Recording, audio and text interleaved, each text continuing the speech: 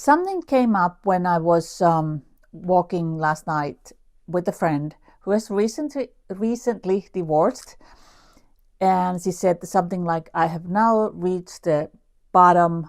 I'm, new year, new me. I want to start going to gym 3 times a week. I want to start eating healthily. I want to do this, that, the other thing. But I don't do anything. Kind of thing."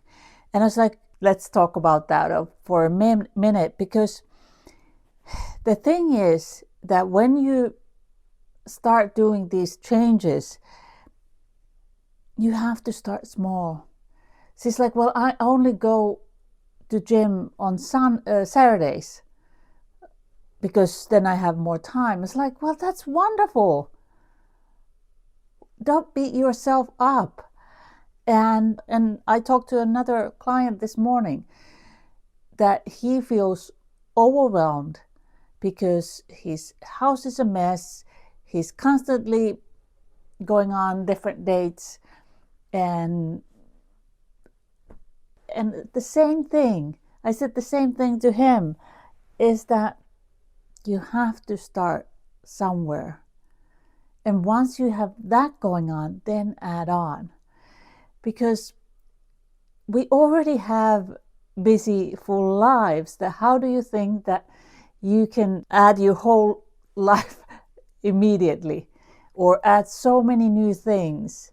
So whether it's clutter clearing your house or starting a new health routine, start small. The conversation turned into self-love. And she said, well, that's a hard thing. It's just hard, but it's so important. And I mean, I was in a marriage for over 20 years, and where I loved him, but I didn't love myself. It didn't even occur to me because I was constantly disappointed with myself. I was constantly felt like I wasn't enough. And I know when I talk to my friends, they have such a hard time loving themselves. That's why it's such a crucial thing to learn to love yourself. I can be thankful for my divorce because, rock bottom, and after that, I just started to love myself, to be whole. I learned to love myself, and it doesn't mean that I don't feel disappointed or angry with myself.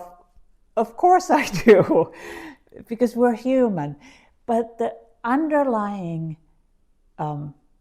love, like I love my partner, my boyfriend, and like I love my boys, it's yeah, we can get frustrated with our kids, but it doesn't mean that we don't love them. And that's the same.